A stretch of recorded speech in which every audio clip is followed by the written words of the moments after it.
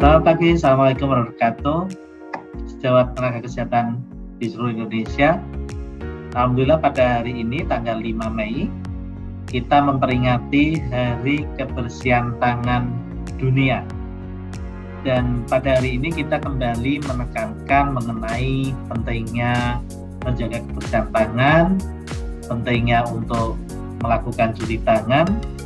Kita sudah mengenal ada 6 langkah cuci tangan, kita mengenal juga ada namanya 5 saat atau 5 moment cuci tangan. Nah, pada hari ini kami mewakili Rumah Sakit Dr. Rejo akan merefresh kembali apa itu kebersihan tangan, kemudian kepentingannya, dan juga nanti ada sejarahnya terkait dengan kebersihan tangan ini. Baik, kita akan presentasikan terkait dengan topik kita pada pagi hari ini. Jadi kita tahu bahwa kebersihan tangan ini memiliki sejarah, dan itulah mengapa kita nanti akan bahas. Kemudian karena kebersihan tangan ini terkait dengan kulit yang menjadi organ atau area yang akan menjadi tindakan atau mendapatkan tindakan tentang kebersihan tangan, maka kita harus mengenal juga terkait dengan anatomi dan juga flora normal di kulit. Jadi ada mikroorganisme apa yang ada di kulit tersebut. Kemudian juga kita akan merefreshing terkait dengan konsep antiseptik, dan tentu saja yang terakhir adalah tentang mikroorganisme yang menjadi alasan kenapa kita harus melakukan kebersihan tangan. Sebetulnya mikroorganisme apa saja yang terlibat atau yang penting sehingga kita kemudian melakukan kebersihan tangan. Oke, kita pertama bicara mengenai sejarah.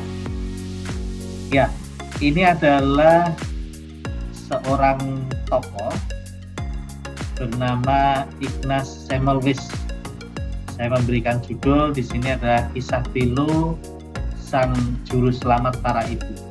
Jadi Ignaz Semmelweis ini adalah seorang dokter yang melakukan sebuah pengamatan bahwa ada insiden demam pasca persalinan yang terjadi pada ibu, dan dia melihat bahwa ada perbedaan antara dokter dan perawat di klinik kebidanan dalam penerapan cuci tangan.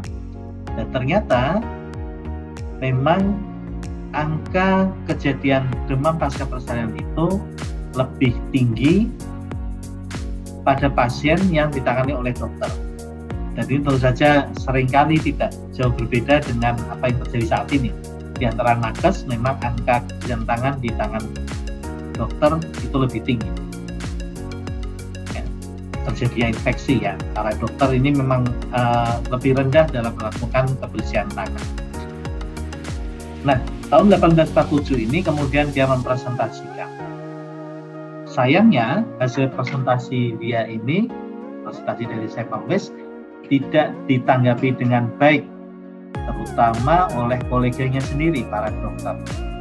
Bahkan mendapatkan cemoohan, mendapatkan hujatan, sampai dia dianggap menderita atau mengidap gangguan jiwa hanya karena melakukan edukasi terkait kebersihan tangan. Jadi kalau para penggiat TPI saat ini kemudian memberikan edukasi kebersihan tangan, kemudian dianggap hal yang sama dengan para apa yang dilakukan oleh Dr. Semmelweis, saya rasa itu ya memang jalannya seperti itu.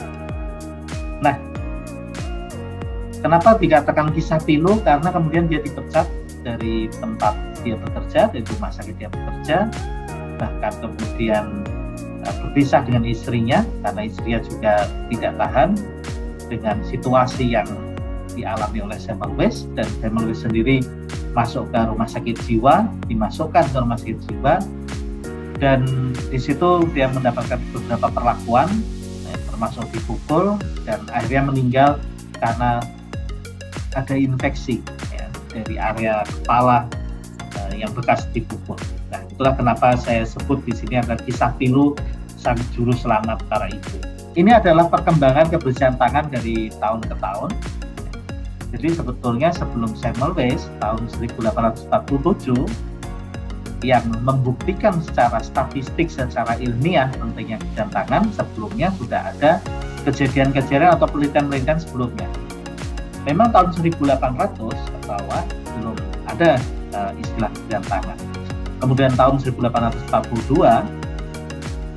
seorang profesor dari Fakultas Kedokteran di London, yaitu Dr. Thomas Watson, merekomendasikan mencuci tangan menggunakan larutan klorin. Jadi sebetulnya yang awal adalah Dr. Thomas Watson. Baru kemudian terbukti secara statistik adalah Ignaz Semmelweis. Tahun 1970, Catherine Sprang membuktikan bahwa mencuci tangan sederhana dengan sabun dan air dapat menghilangkan hampir semua bakteri data gram negatif yang ditemukan pada tangan. Dan yang mutakhir, ini juga ada seorang tokoh yang sangat giat mempromosikan kebersihan tangan, yaitu adalah Profesor Didier Pittet di Rumah Sakit Universitas Jenewa, juga menunjukkan hubungan peningkatan kepatuhan kebersihan tangan dengan menurunnya angka Healthcare-Associated Infections atau AIDS. Tadi kita menyampaikan bahwa objek dari kebersihan tangan itu adalah kulit, dan tentu saja tidak lengkap kalau kita tidak mempelajari atau merefresh kembali anatomi dari kulit dan adanya flora normal di dalam kulit.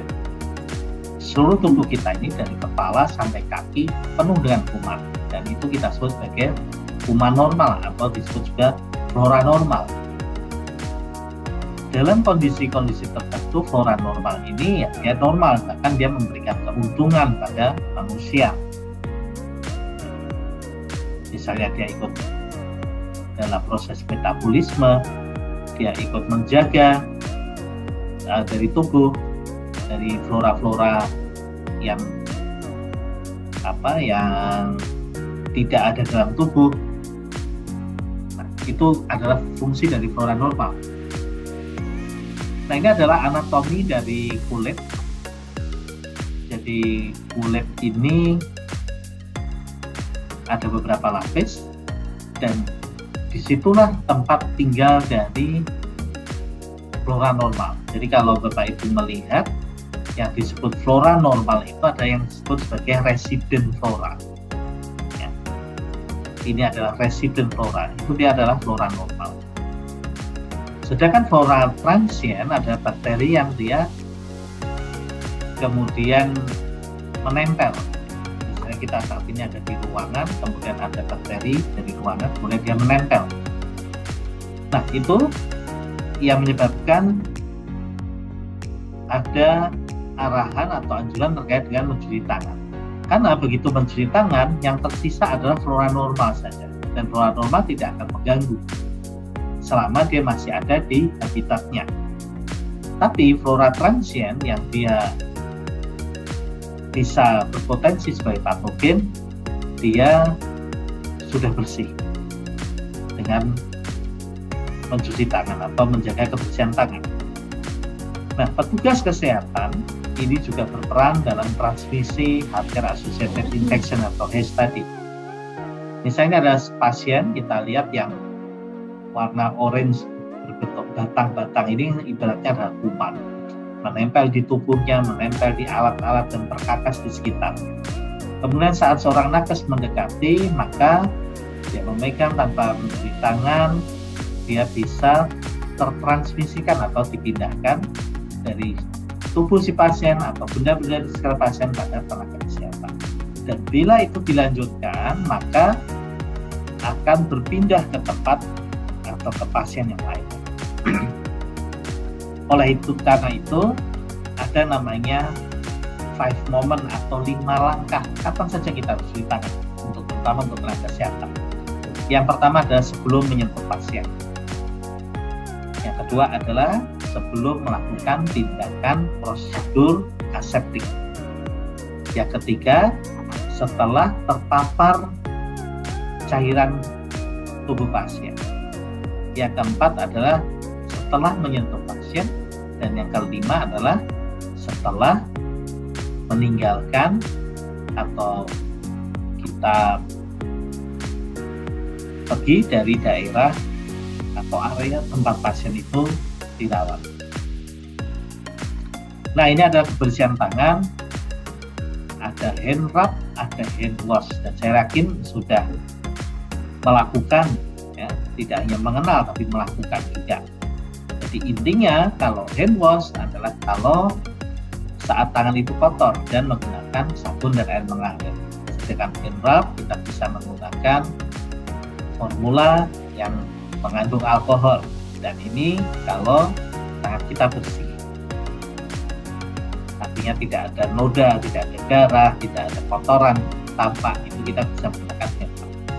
Ya, ini perbedaannya. Jadi kalau hand rub itu tidak menggunakan air, ya tadi saya sampaikan, kalau tidak berbahan kotor. Kalau hand wash menggunakan air mengalir dan sabun atau antiseptik. Waktunya kalau hand rub 20-30 detik, hand wash 40-60 detik. Langkahnya sama, 6 langkah, dan menggunakan 5 momen atau 5 saat kita mencuci tangan. Nah, kita masuk ke antiseptik. WHO sempat membuat dokumen terkait dengan beberapa antiseptik, terkait dengan kemanjurannya dalam membunuh bakteri, yang bagus sampai yang terbaik.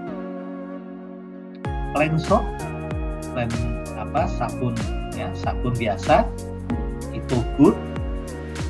Kemudian kalau sabun yang anti mikroba itu better. Kalau alkohol based hand rub itu the best.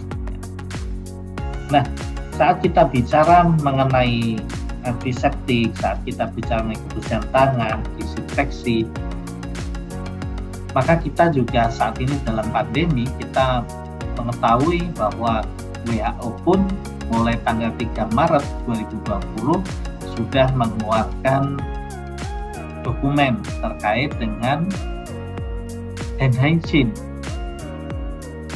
yang menjadi andalan dalam pencegahan COVID-19.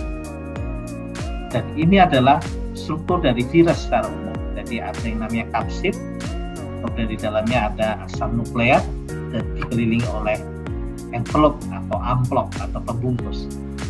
Dan di situ dikatakan bahwa amplopnya dari COVID itu dia sangat peka atau bisa sensitif terhadap sabun atau deterjen dan turunan.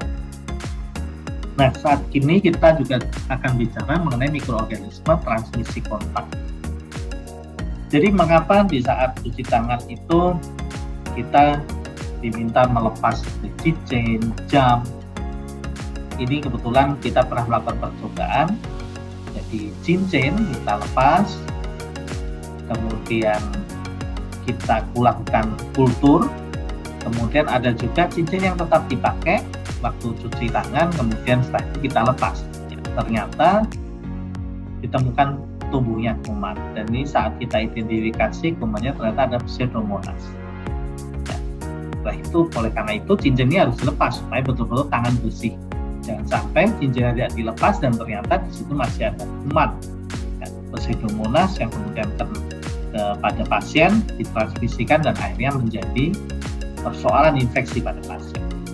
Ya, jadi Pseudomonas itu dia adalah kuman yang hidup di area yang lembab. Dan ada yang mirip Pseudomonas karena dulu ada Pseudomonas namanya Stenotrochomonas maltophilia. Dan semuanya karena kontak tangan petugas menular. Jam tangan dan kuku, ya, kuku yang panjang itu juga menjadi tempat kuman, jam tangan juga sama. Dan sempat kita lakukan swab di kuku dan jam, ternyata juga kita temukan koloni kuman, dan begitu kita identifikasi ternyata Acinetobacter yang dia normal hidup di debu. Dan ini pun juga melalui kontak tangan petugas. Bisa juga ada kuman lainnya seperti Burkholderia, ini sama dengan Pseudomonas awalnya.